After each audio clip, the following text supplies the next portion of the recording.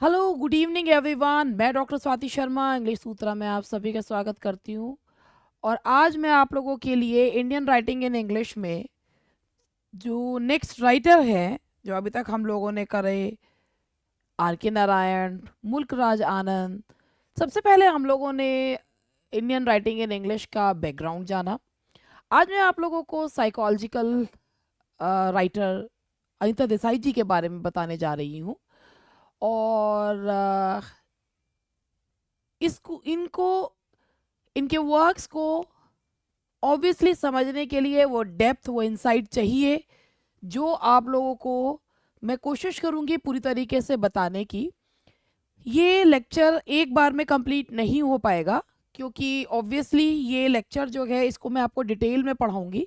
अनिता देसाई जी केवल Indian writing in English में आप ही लोगों के लिए जो केवीएस की तैयारी कर रहे हैं उन्हीं के लिए नहीं है, ये और एग्ज़ाम्स में भी आता है।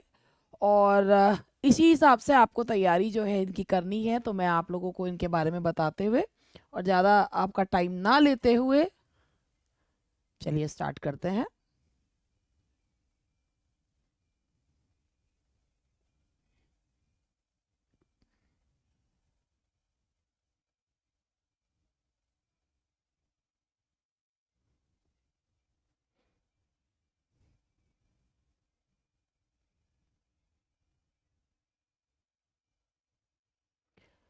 चलिए मैं आपको बताना शुरू करती हूँ अनीता देसाई जी के बारे में।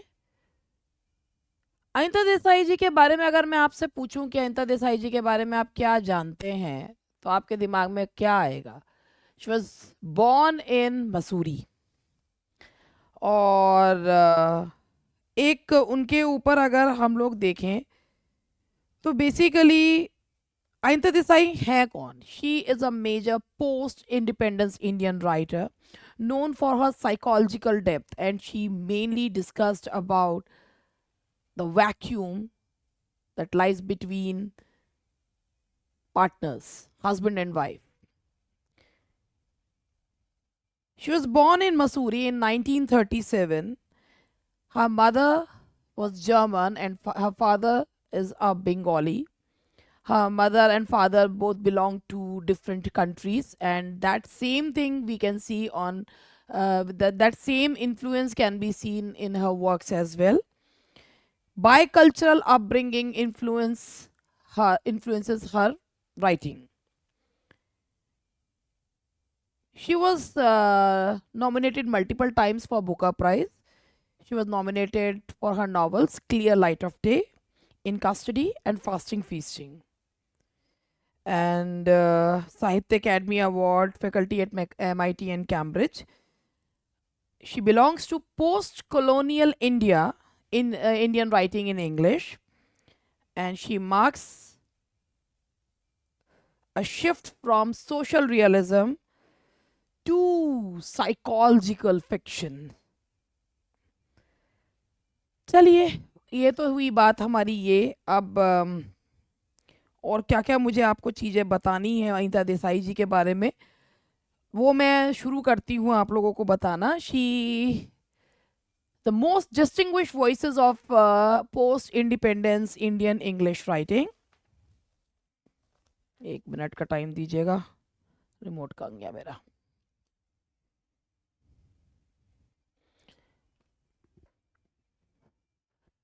बेसिकली इन्होंने जो दिखाया ना, इन्होंने सोशल रियलिज्म से साइकोलॉजिकल इंसाइट्स जो हैं वो दिखाई हैं, एक साइकोलॉजिकल फिक्शन दिखाया है।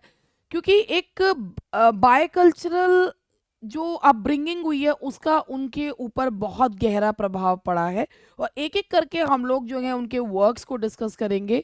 तो चलिए, उनके वर्क्स को उन्होंने स्ट्रीम ऑफ कॉन्शियसनेस टेक्निक का यूज़ करा है, और एक एक करके मैं आप लोगों को उनके वर्क्स के बारे में डिस्कस करना शुरू करूंगी। तो इसीलिए मैंने जैसे आपसे कहा था कि सबसे पहले मैं आप लोगों के साथ डिस्कस करूंगी उनका नावल क्राई द पीकॉक। ये जो नावल है, आपको भी ये नावल बहुत बढ़िया लगेगा। और बेसिकली इस नावल में क्या क्या जानने की चीज़ें हैं, ये एक साइकोलॉजिकल नावल है। और मैं आपको इस नावल के बारे में बताने के बाद आगे चीज़ें, तो ध्यान से कहानी को सुनिएगा। यहाँ पर जो लिखा है उससे चीज़ें ज़्यादा मुझे बतानी पड़ेंगी। This novel um,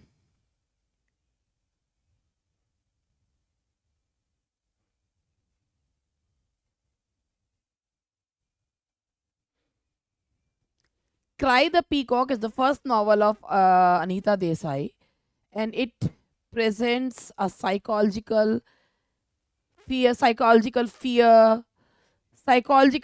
tension, uh, to be precise, when marriage becomes a cage, silence becomes a language, and fear becomes destiny. That is the crux of this novel, Cry the Peacock. And now let's let's take a deep dive in in this psychological novel. क्या है ये novel, चलिए समझते हैं. सबसे पहले मैं इनके कैरेक्टर्स के बारे में आपको बताना चाहूँगी. इसमें एक बहुत ही इमोशनल लड़की है माया, जो अपनी ही दुनिया में रहती है. ये नॉवल जो है, इसमें माया को दिखाया है कि क्यों माया जिस तरीके की, उसका नाम ही देखिए माया, इल्यूजन. माया जो है, she is a very fragile type of girl who belongs to a well-off family. Her father makes her available each and everything that she longs for. और यही शायद वो गलती कर देते हैं कि उसको बहुत मेंटली वो स्ट्रांग नहीं बनाते हैं. She has a brother who studies abroad, and she is that type of girl who lives in her own emotional world और a वर्ल्ड ऑफ फेरीलैंड. पिता से बहुत प्यार मिलता है, बहुत ज़्यादा. एक जिसे कहना चाहिए कि वो एक बहुत, मतलब एक फ्रेजाइल मेंटलिटी की लड़की हो जाती है. लेकिन उसकी मदर की डेथ बहुत पहले हो चुकी है, तो she is unable to discuss the problems that she undergoes with any of the female members of her family, क्योंकि कोई है नहीं तो वो डिस्कस भी नहीं कर पाती है. Now here comes Gotham. He is a very practical man, a lawyer, somewhat arrogant, and he is much older than Maya. But both of them got married. Maya didn't want to get married to Gotham, मगर शादी हो जाती है. Before marriage, because she is belonged to a religious family, she consulted an astrologer. और वो astrologer ये बताता है कि शादी के कुछ 4 साल के अंदर दोनों पार्टनर में से किसी एक की डेथ हो जाएगी. वो उसको ना एक बहुत अंदर तक उतार लेती है. आप ये मान के चलिए कि वो अपने सबकॉन्शियस को ये एक संदेश दे देती है कि दोनों में पार्टनर में से कोई सी एक पार्टनर की डेथ हो जाएगी. माया और गौतम की शादी के बाद माया जिस तरीके की लड़की होती है, गौतम वो कहीं से कहीं तक भी उन अपेक्षाओं को पे खरा नहीं उतरता. एक तो वो उससे उम्र में बड़ा है, उसके अलावा जो एक नई नई शादी की जो चार्म्स होते हैं, गौतम उनमें से कुछ भी वो चार्म फुलफिल नहीं करता है. जब कभी गौतम के मदर और सिस्टर कभी घर पे आ जाते हैं तो माया को अच्छा लगता है, क्योंकि वो एक वैक्यूम टूटता है, एक वो उसके पास कोई बात करने के लिए होता है. But otherwise she feels alienated and all alone. Now एक इसका जो टाइटल है, क्राई द पीकॉक. पीकॉक की जो क्राई होती है वो बेसिकली किस लिए होती है कि जब पीकॉक जो है मरने से पहले या मेटिंग के लिए आवाज़ निकालता है. तो माया बहुत ज़्यादा चीज़ें जो है वो सोचती है, और वो अपने उसकी सीजन से उसकी मनोदशा जो है वो दिखाई जाती है. एक उसके ऊपर ना उसको एक सुपर नेचुरल जो एलिमेंट्स हैं, उसको अजीब अजीब सपने आते हैं, लाइट्स का फ्लिकर होना, उस क्रीकिंग जो है उसमें उसको ये सब लगता है कि कहीं ना कहीं ऐसा हो सकता है कि वो शायद अब मरने वाली है, और ये सारी की सारी चीज़ें उसको एक संदेश दे रही हैं कि शी विल डाई सून. एक दिन वो अपने हस्बैंड के साथ ऊपर छत पर होती है. माया यहाँ पर भी, मतलब अभी छत पर जाने से पहले मैं और चीज़ें बताती हूँ. माया यहाँ तक भी खुश होती है, लेकिन माया के साथ एक ट्रेजेडी और होती है. माया अपने डॉग टोटो से बहुत प्यार करती है, और उसके जब डॉग की डेथ होती है ना तो वो बिल्कुल अकेली पड़ जाती है. गौतम को इससे कोई फर्क नहीं पड़ता. आप एक चीज़ ये समझिए, those who are not animal lovers, who don't have feeling for animals, they can never understand the pain. कि जब आप एक जानवर को बिल्कुल अपने परिवार के सदस्य की तरह पालते हैं, उसको प्यार करते हैं, उससे कनेक्ट हो जाते हैं, और जब उसकी डेथ हो जाती है तो आपको कितना खालीपन लगता है, ये वो व्यक्ति बिल्कुल नहीं समझ सकता, जिसकी नज़र में उस इंसान की वैल्यू नहीं तो जानवर की तो क्या वैल्यू होगी। तो वो ना अपने डॉग की डेथ के बाद कंप्लीटली जो है ना वो शैटर्ड हो जाती है, लेकिन गौतम को इससे कोई फर्क ही नहीं पड़ता। तो उसे पूरी तरीके से ये लगता है कि गौतम को उसकी कोई फिक्र ही नहीं है।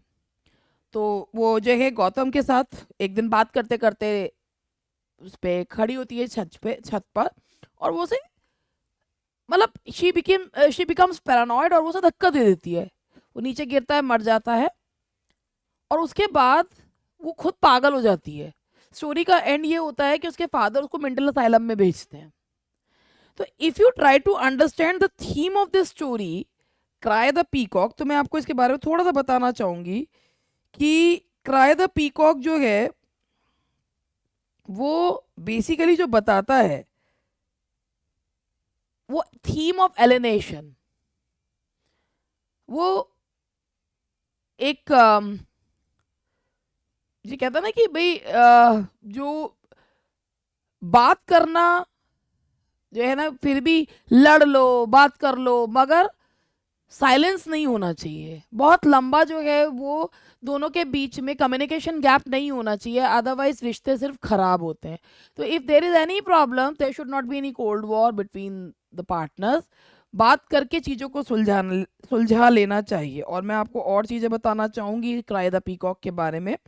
तो क्राई द पीकॉक, और ये ना ये जो टाइटल ही है ये अपने आप में एक मेटाफर है कि क्राई द पीकॉक के रूप में एक ये कंपेयर किया गया है, एक मेंटल स्टेटस दिखाया गया है माया का। और और मैं चीज़ें क्या बताना चाहती हूँ, क्राई द पीकॉक ये जो टाइटल है, इट एक्सप्रेसेस माया's inner turmoil. Just as the peacock cries mournfully and hauntingly, Maya cries for help. Nobody is beating her, nobody is inflicting pain over her body, but she is not at all happy in that caged marriage. And और क्या बताएं, theme loneliness and isolation, ये पहली theme है। Love and despair, Maya yearns for love and affection but Gautam is very practical. और ये बहुत सी शादियों का आज भी सच है कि लोगों को ये लगता है सब कुछ दे तो रहे हैं, सब कुछ प्रोवाइड तो कर रहे हैं, तो फिर कमी क्या है। बात ये होती है sometimes a wife only wants your attention, and husbands or vice versa, दोनों में से कोई भी जब उसको देने वो एक अटेंशन देने में भी कंजूसी करते हैं, तो यहाँ से जो है ना वो मेंटल ब्लॉक्स शुरू होते हैं, यहाँ से डिप्रेशन की शुरुआत होती है। इसके बाद साइकोलॉजिकल टर्मोइल की अगर हम बात करें, it expresses fragile nature of Maya. और अगर हम यहाँ पे बात करें तो फ्रेजाइल नेचर ऑफ माया की बात उसमें ही नहीं हो रही। Any one who is fragile और who goes in depression every now and then, उसको हैंडल करने का तरीका बिल्कुल अलग होता है। सुपरनैचुरल एलिमेंट्स हैं। Peacock is a prominent symbol in the novel and peacock represents Maya's inner turmoil. तो माया है, गौतम है, सपोर्टिंग कैरेक्टर्स हैं फ्रेंड्स एंड फैमिली, और टोटो जो है इसमें उनके माया के डॉग का नाम है। तो ये था और इसमें जो एक लिटरेरी टेक्निक्स यूज़ करी गई है इस नॉवल में, let me tell you those techniques as well. इसमें यहाँ पे जो प्रोज है वो लिरिकल प्रोज है।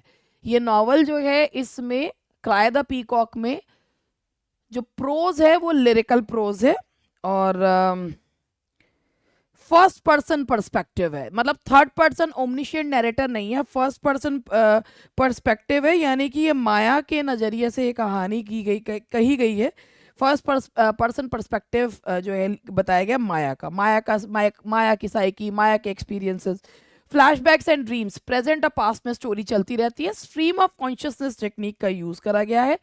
फोर शेडोइंग इसमें टेक्निक यूज़ की गई है। फोर शेडोइंग का मतलब होता है कि आने वाले कुछ बुरे चीज़ के आने वाले की पहले ही बारे में बता देना।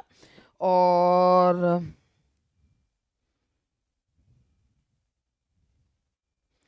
तो ये था हमारा क्राई द पीकॉक के बारे में। अब मैं जो भी चीज़ पढ़ा रही हूँ थोड़ा सा उसके बारे में मैं आप लोगों से कुछ चीज़ें जो हैं वो पूछ लूँगी, तो मुझे भी लगेगा कि हाँ भाई मैंने कुछ तो पढ़ाया है। तो मैं कुछ क्वेश्चंस मैंने लिए हैं और मैं उम्मीद करती हूँ कि ये क्वेश्चंस आप लोगों को अच्छे लगेंगे।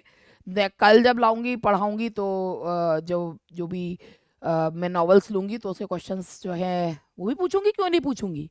पहला क्वेश्चन आप लोगों के लिए है, the central conflict in cry the peacock primarily arises from. Central conflict क्या है?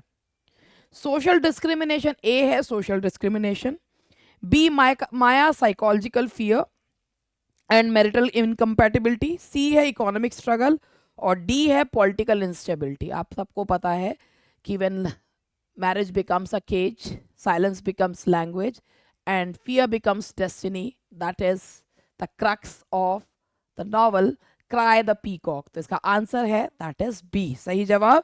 The prophecy affecting Maya's life is given by, किसने करी थी ये prophecy? A monk, an albino astrologer, her mother, a fortune telling book.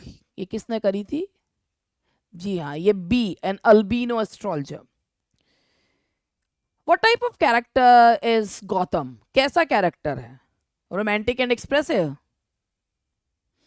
Rational, detached and philosophical, aggressive and violent, highly emotional and dependent? कौन सा है बताइए? That he is rational. उसको लगता है सब कुछ तो कर रहा हूं तो फिर दिक्कत क्या है?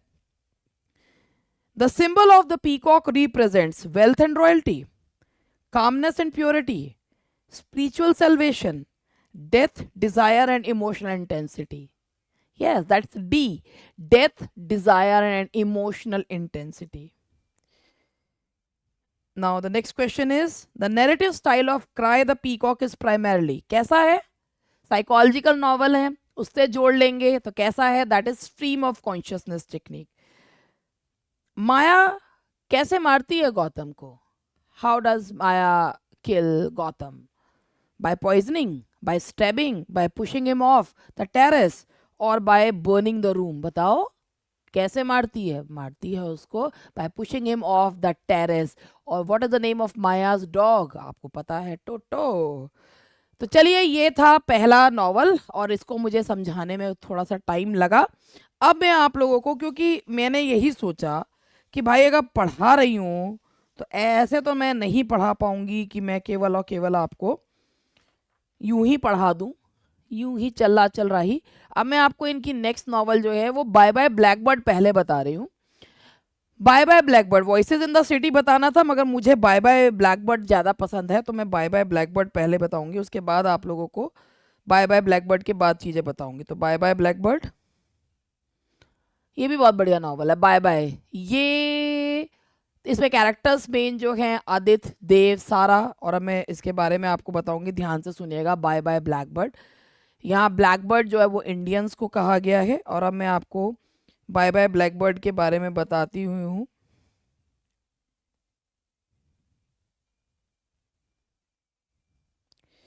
Bye bye blackbird third novel है अनीता देसाई जी का। ये नॉवल जो है ये ना केवल मतलब ये इंडिया, इंग्लैंड, सब जगह बहुत अच्छे से इसको रिसीव किया गया। और ये नॉवल में ना 3 कैरेक्टर्स के बारे में ये कहानी है। ये नॉवल की कहानी 3 कैरेक्टर्स के बारे में है। सबसे पहले जो कैरेक्टर इंट्रोड्यूस होता है इसमें नाम है देव, जो लंदन में आया है with an intention to pursue his further studies. एक बंगाली है देव, लंदन में पढ़ने के लिए आया। और जैसे कि लंदन में जब स्टूडेंट्स पढ़ने के लिए आते हैं तो उनका एक एम होता है कि एक जॉब कर ले, सिक्योर कर ले, कि जिससे कि वो लंदन में कुछ समय के लिए रुक सके। He takes admission in London School of Economics and he gets a job in a book store. मगर वहाँ पर ना देव का डिसइल्यूजनमेंट इस बात से होता है कि ही वहाँ पर वो देखता है कि how Asians are ill treated in London. वहाँ पर उसके 2-3 इंसिडेंट्स होते हैं जहाँ पर उसको पता चलता है कि कितना ज़्यादा जो रेशियल डिस्क्रिमिनेशन है वो यहाँ के लोगों में भरा हुआ है। जब लेवेट्री में जाता है तो 3 तरीके के देखता है, लेडीज, जेंट्स एंड एशियंस। इसके अलावा जो वहाँ के लोग हैं वो उसको वॉक कहते हैं, वो मतलब वो एक जो कस वर्ड्स हैं वो यूज़ करते हैं। और तो he is completely disillusioned and he doesn't want to stay there for long. London में बहुत लंबे समय तक नहीं रहना चाहता। और देव जो है ना ये उसका एक डिप्रेशन का रीज़न भी है कि मतलब एशियंस के साथ इतना डिस्क्रिमिनेशन क्यों।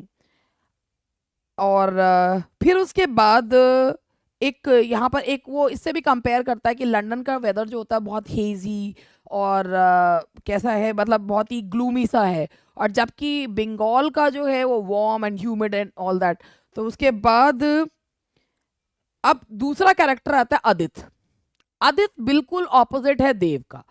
आदित्य ने पढ़ाई करी थी इंग्लैंड में ही, इंडिया में उसको बढ़िया जॉब मिली नहीं, तो वो वापस लौट कर आया। एक उसने एक पर्सोना क्रिएट कर रखा है, Aditya he is earning a lot, और वो यहाँ पर आकर उसको बहुत सारी कोशिशें करी, जॉब उसको भी यहाँ भी अच्छी मिली नहीं है। एक ट्रैवल एजेंसी में वो काम करता है, ब्लू स्काईज में, और उसको लगता है कि शायद फ्यूचर में he will become a director of this company. Aditya जो एक कॉम्प्लेक्स कैरेक्टर दिखाया है, मतलब चूंकि अनीता देसाई एक साइकोलॉजिकल जो है पॉइंट ऑफ व्यू से चीज़ों को बताती है, तो आदित्य भी एक कॉम्प्लेक्स कैरेक्टर दिखाया है। कहीं ना कहीं deep down in his heart he is a typical Indian man, but he doesn't show that those traits every now and then. और एक तीसरा कैरेक्टर जो इंट्रोड्यूस होता है वो है सारा। She is an English woman, और वो अपने हस्बैंड आदित्य से बहुत प्यार करती है। आदित्य के लिए वो खाना बनाती है। Aditya, she dresses herself up in sari, although she feels that she looks like a Christmas tree in the sari, and she doesn't, and she cannot understand Hindi, nor does she try to understand Hindi. और मगर वो she does everything to please her husband Aditya. जैसा है उसने उसको वैसा accept कर लिया है। नाउ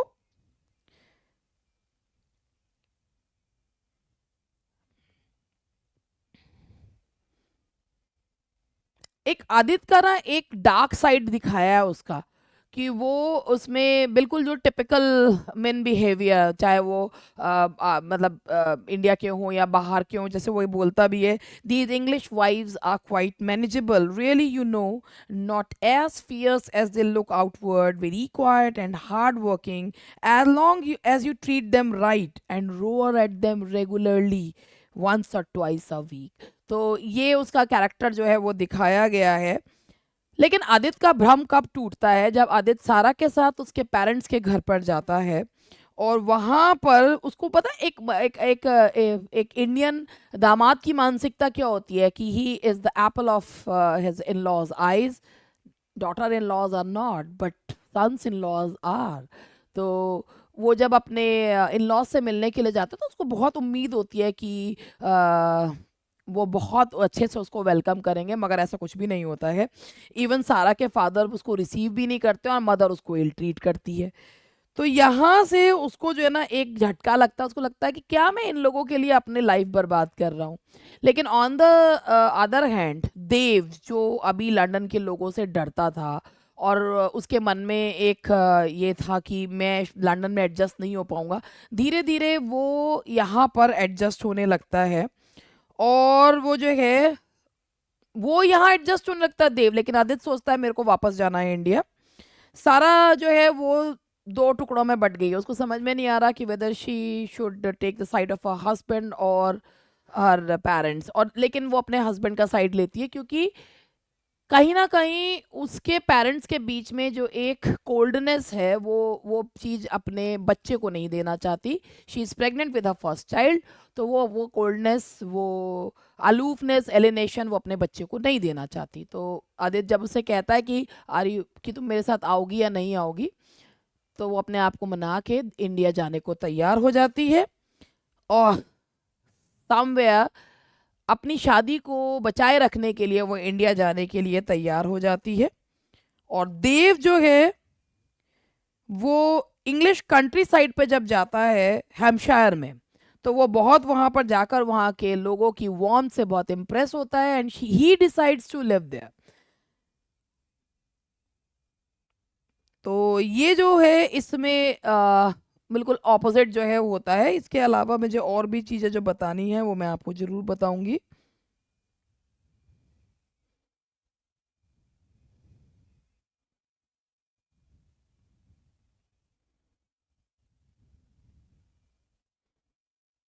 और टाइटल में ब्लैक बर्ड्स मैंने बताया इमिग्रेंट्स के लिए यूज़ किया गया है। और इसके बाद मुझे और जो एक चीज़ बतानी है इसमें,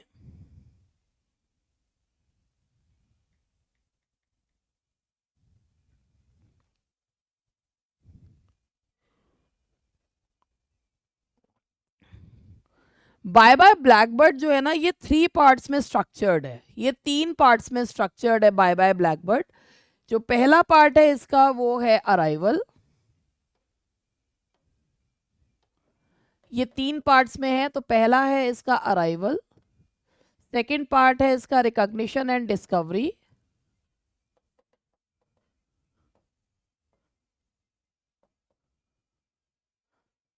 और इसका जो थर्ड पार्ट है वो है डिपार्चर।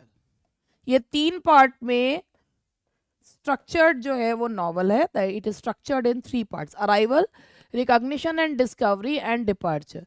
और ब्लैकबर्ड जो है वो इमिग्रेंट्स इंडियंस के लिए कहा गया। और आप इसमें देख सकते हैं कि ये मैंने जो आपको बताई हैं चीज़ें वो इससे ज़्यादा ही बताई है। और इसमें it is one of the earliest novel that treats the immigrant experience as a serious psychological and cultural problem. कि ऊपर से देखने में चीज़ें सही लगती हैं, बट अंदर से लोग कितना अकेलापन महसूस करते हैं। और जैसे कि मेरा काम है कि पहले मैं पढ़ती जाऊँ, पढ़ाती जाऊँ और बीच बीच में क्वेश्चन पूछती जाऊँ, तो मैं आपसे क्वेश्चन भी पूछ रही हूँ। पहला क्वेश्चन आपसे है कि bye bye blackbird primarily deals with post war trauma, immigration and racial prejudice in England, partition and displacement, rural Indian life. फिर दोबारा से, bye bye blackbird primarily deals with, bye bye blackbird deal करता है immigration and racial prejudice. The central male characters in the novel are Gautam and Rakesh, Dev and Aditya, Arun and Nirodh, Suresh and Amit. तो कौन है? देव और आदित्य। विच character ultimately decides to return India? आपको पता है यहीं पर जो है आयरनी होती है, एंड दैट इज देव। ठीक है जी। The phrase black bird in the title metaphorically represents A. Bird migrating to north. B. Immigrants in foreign lands. C. Children singing nursery rhymes. D. Colonial rulers. तो मुझे लगता है इसका जवाब तो कोई भी गलत नहीं देगा जिन्होंने ढंग से पढ़ रखा है या सुन रखा है, and that is immigrants in foreign lands. The dominant theme in Bye Bye Blackbird is feminine revolt. B. Cross cultural adjustment and identity crisis. C. Political nationalism. या D. Psychological madness.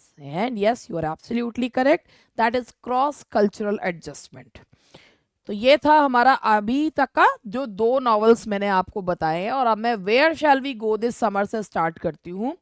तो इसके बाद मैं आप लोगों को एक और चीज़ें जो है ये भी बताना चाहूँगी। क्या बताना चाहूँगे? 2 मिनट का टाइम तो तब बताऊँगी। ये कुछ और भी चीज़ें होती हैं जो आप लोगों को एक ही जगह मिल जाए तो अच्छा रहता है। वैसे तो आप सब खुद भी कर सकते हैं, लेकिन फिर भी जब जिम्मेदारी यहाँ पर मैंने ली है तो मैं भी बता देती हूँ। तो मुझे आपको क्या बताना है,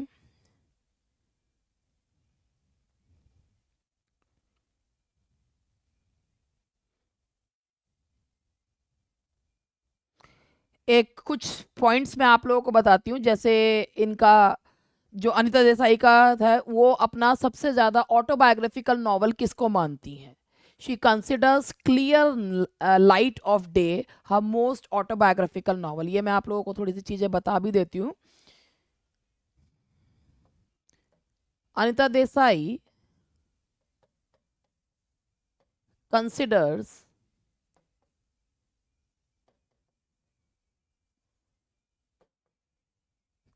clear light of day her most autobiographical novel. इसको सबसे ज्यादा अपना ऑटोबायोग्राफिकल नॉवल मानती हैं वो, ठीक है जी।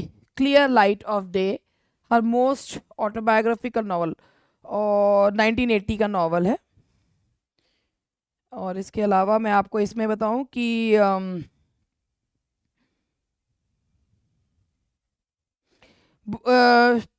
मतलब बुका प्राइज के लिए शॉर्टलिस्ट तो हुई थी, इन कस्टडी के लिए भी, फास्टिंग फीस्टिंग के लिए भी, लेकिन मिला उनकी बेटी को है, किरण देसाई को। और अब मैं इनके अवार्ड्स के बारे में आप लोगों को बताना चाहूँगी। सबसे पहले साहित्य अकादमी अवार्ड की बात करते हैं। 1978 में उनको मिला था, 1978 में उनको मिला था Sahitya Akademi award for fire on mountain के लिए। फायर ऑन माउंटेन के लिए मिला था उनको साहित्य अकादमी अवार्ड 1978 में। In 1980 she was shortlisted for Clear Light of Day. Clear Light of Day के लिए she was shortlisted for Booker Prize। और फिर उसके बाद 1984 again she was shortlisted for Booker Prize for In Custody।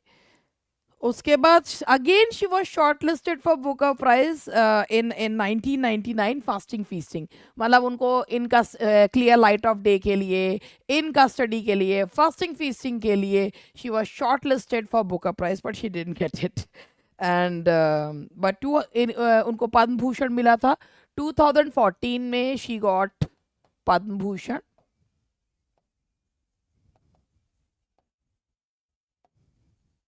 तीन बार शॉर्टलिस्ट हुई मगर मिला नहीं। और 2020 में उनको मिला था चैंपियन ऑफ लिटरेचर। और उनकी फर्स्ट जो नॉवल है that is cry the peacock, जो मैंने अभी आपको बताया था। अगर ध्यान से सुनेंगे तो ही ये चीज़ें याद रहती हैं, ऐसे नहीं याद रहती हैं। अब मैंने आपको यहाँ तक ये बता दिया। अब मैं उनका जो नॉवल है, एक ये भी बहुत अच्छा है इनका, कौन सा नॉवल है, that is where shall we go this summer. अब मैं आपको इसके बारे में बताऊंगी। ये भी पूरा साइकोलॉजिकल नॉवल है, where shall we go this summer, और बहुत ही मतलब कि अच्छा नॉवल है।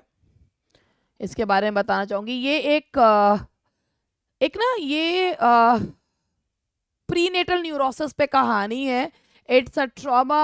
और एक भाई बात ये है कि people think that if a husband and wife are living together, they have kids, तो everything is normal between them. That is not the case. Sometimes silence speaks louder than words, है ना। जो साइलेंस होता है ना, वो कहते हैं ना कि silence is deafening, sometimes silence becomes deafening. तो वो चीज़ बहुत अच्छे से उन्होंने ये मैन वुमेन रिलेशनशिप के बीच के में जो एक साइलेंट मोमेंट आ जाता है उसमें अनीता देसाई जी ने बताई है। और अब मैं आपको where shall we go this summer के बारे में बताना चाहूँगी।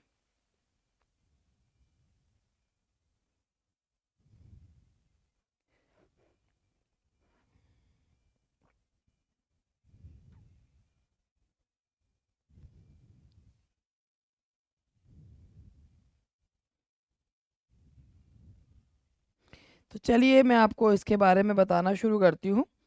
This novel is the fourth novel bye psychological writer Anita Desai. This novel presents prenatal neurosis. अब किसकी कहानी है, क्या कहानी है, लेट मी टेल यू। ये एक मिडिल क्लास महिला की कहानी है। एंड समटाइम्स पीपल फील कि अगर बोल नहीं रहे हैं तो वो बात करने की आदत ही नहीं होगी। चलिए स्टार्ट करते हैं। ये नॉवल जो है, this is the story of a middle class women whose name is Sita. She already has 4 children and now she is pregnant for the 5th time. She doesn't want to give birth to this child. Not that she doesn't love her children, but somehow she feels that she shouldn't give birth to this children. Obviously, it will increase financial as well as emotional burden. And now let's start.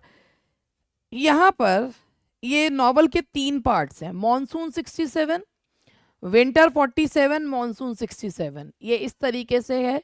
This novel is also structured in 3 parts, monsoon 67, winter 47, monsoon 67। तो ये इसके 3 parts में ये structured है। और चलिए कहाँ से ये जो स्ट्रक्चर है ना, this symbolizes the emotional trauma of Sita.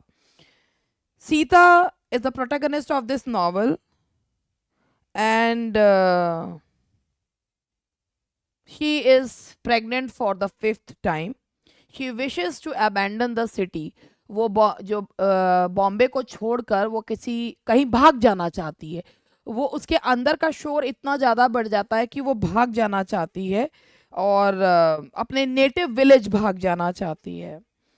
अब यहाँ से कहानी शुरू होती है कि मॉनसून 67 यानी कि फर्स्ट पार्ट की सीता जो जैसे सीता को पता चलता है कि उसके जो है वो she is pregnant for the 5th time, तो वो उस बच्चे को जन्म नहीं देना चाहती क्योंकि उसको लगता है कि ये दुनिया बहुत ख़राब है, मीनिंगलेस है, मतलब अनफ्रेंडली है और बहुत फुल ऑफ हेट्रेड है, तो इस बच्चे को पैदा ही नहीं होना चाहिए।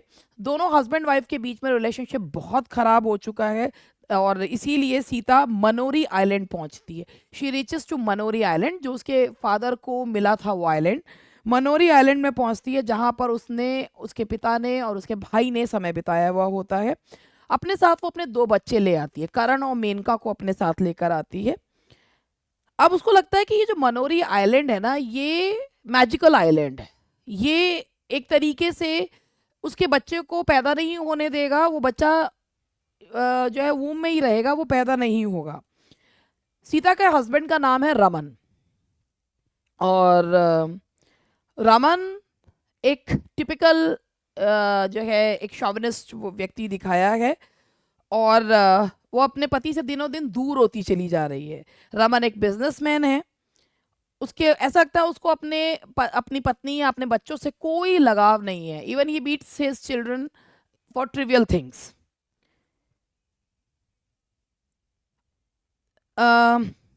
सीता अपने आप को ढूंढने के लिए मनोरी आइलैंड में आती है और Manori island it's a land of freedom and magic. Sita को ऐसा लगता है कि उसके फादर ने इस आइलैंड को अपने मैजिक से एक मैजिकल आइलैंड में कन्वर्ट कर दिया है। सीता के पिता एक फ्रीडम फाइटर थे और वहाँ के लोग उनको उसके नेटिव विलेज के लोग सीता के पिता को एक देवता की तरह पूजते हैं। तो वो मनोरी आइलैंड में आ जाती है। अब पार्ट 2 स्टार्ट होता है विंटर 47। यहाँ पर ये होता ये है कि सीता के फादर को ये मनोरी आइलैंड एक पारसी मिलेनियर ने दिया था जिनका नाम था दलवाला, और यहाँ पर उन्होंने एक घर बनाया था, उस घर का नाम था Jeevan Ashram. He constructed a house in Manori island and he named this house that is Jeevan Ashram, the home of the soul. तो सीता जो है वो कभी स्कूल में पढ़ने के लिए नहीं गई है, उसका भाई जो था जीवन वो उसके साथ रहा है, और उसके फादर ना एक ब्लैक मैजिक जो है वो किया करते थे, ब्लैक मैजिक की प्रैक्टिस किया करते थे। तो लोकल्स को लगता था कि उसके फादर ना बड़ी से बड़ी बीमारियां ठीक कर देते हैं and he is a sorcerer, ये ऐसा लोगों को लगता था। लेकिन उनके फादर लोगों को खुश करने के चक्कर में अपने बच्चों को कंफर्ट्स कभी नहीं दे पाए जो वो डिजर्व करते थे। अब यहाँ से लेकिन फिर भी सीता को मनोरी आइलैंड पसंद था, उसे लगता था यहाँ मैजिक है और यहाँ उसकी विशेस पूरी हो सकती हैं। Part 3 monsoon 67। जब सीता आइलैंड में पहुंचती हैं तो उसकी उम्मीदें जो हैं वो टूट जाती हैं, क्योंकि जैसा वो सोचकर आई थी वो ऐसा नहीं होता। she can no longer escape the reality of life. She is unable to communicate with the spirit of her dead father. और उसको लगता है कि शायद वो झूठ था कि उसके फादर एक ब्लैक मैजिक करते थे and she had some sort of magical powers. उसका हस्बैंड मनोरी आइलैंड पे आता है और वो रियलिटी को एक्सेप्ट करती है and she leaves with her husband to Bombay. ना तो उसे जीते जी अपने मतलब सीता को अपने फादर का अपनी मदर का प्रेम नहीं मिला, और same is the case with the husband. तो एक वो एक इमोशनली इंट्रोवर्ट हो जाती है, और जब इंसान को प्यार नहीं मिलता, वो अपनी बात नहीं कह पाता, तो वो ना इंट्रोवर्ट हो जाता है और वो अलग अलग तरीके की कल्पनाएं करने लगता है। तो अनिता देसाई ने इसमें दिखाया है बेसिकली अपने मोस्टली नॉवेल्स में उन्होंने एक मैन वुमेन रिलेशनशिप को एक साइकोलॉजिकल पॉइंट ऑफ व्यू से दिखाया है। तो इन्होंने ये दिखाया है कि if the foundation of marriage lies on love, then obviously that marriage is successful. But if a marriage stands only on lust, then there is emptiness in the relationship. तो यहाँ पर Sita goes to Manori island in the quest of her inner self, but she has to come back again to the trivial things of life again, क्योंकि वो उसको she has to accept that reality, उसको वो reality accept करनी पड़ती है। she experiences no change in her life in Manori Island। तो वो वापस उसको तब उसको डाउट होता है कि there is no magic in Manori Island। तो यहाँ पर इसमें जो कैरेक्टर्स हैं वो सीता है और रमन है। Sita is the protagonist of this novel where shall we go this summer, where shall we go this summer. और नेक्स्ट रमन है जो कि बिजनेसमैन है। She has no sorry who has no emotion but lust towards Sita. Sita के father हैं जो वो he was once a freedom fighter and he is dead before the novel starts. Jeevan Sita के भाई का नाम है और रेखा सीता की स्टेप सिस्टर का नाम है। तो ये कुछ कैरेक्टर्स हैं। अब मैं आपको बस इससे पे यहाँ से शुरू 3-4 क्वेश्चन पूछ के बस first one is who is the protagonist of the novel where shall we go this summer? Maya, Sita, Amla, Monisha, and that is Sita. The island. What is the name of the island in Where Shall We Go This Summer? आप लोग ही बता दो. That's Manori Island. And what does it signify? Material prosperity, civilization, social justice, escape. That presents escape.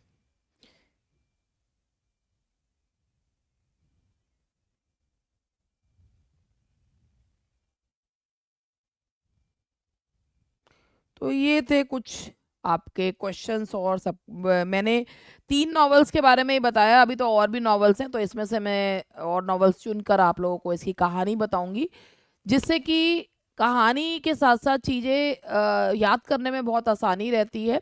तो आप लोग भी इसके जो मैं पूछ रही हूँ और जो क्वेश्चंस आंसर्स होते हैं, वैसे तो मैंने ज़्यादा क्वेश्चन नहीं पूछे, मैंने 6-7 क्वेश्चन ही पूछे हैं पढ़ाते हुए, but it will help you out. कहानी सुनने से और मेन पॉइंट्स याद रखने से तो आपके लिए बहुत हेल्पफुल रहता है चीज़ों को। जब when you go through all the questions, तो आपके दिमाग में अगर आपने कहानी सुन रखी होती है तो आप आराम से उन क्वेश्चंस का जवाब दे देते हैं। And obviously if you have gone through the stories and the background of the writer, you will be able to jot down the points as well. चलिए, that's all for today. Bye bye, मिलते हैं कल।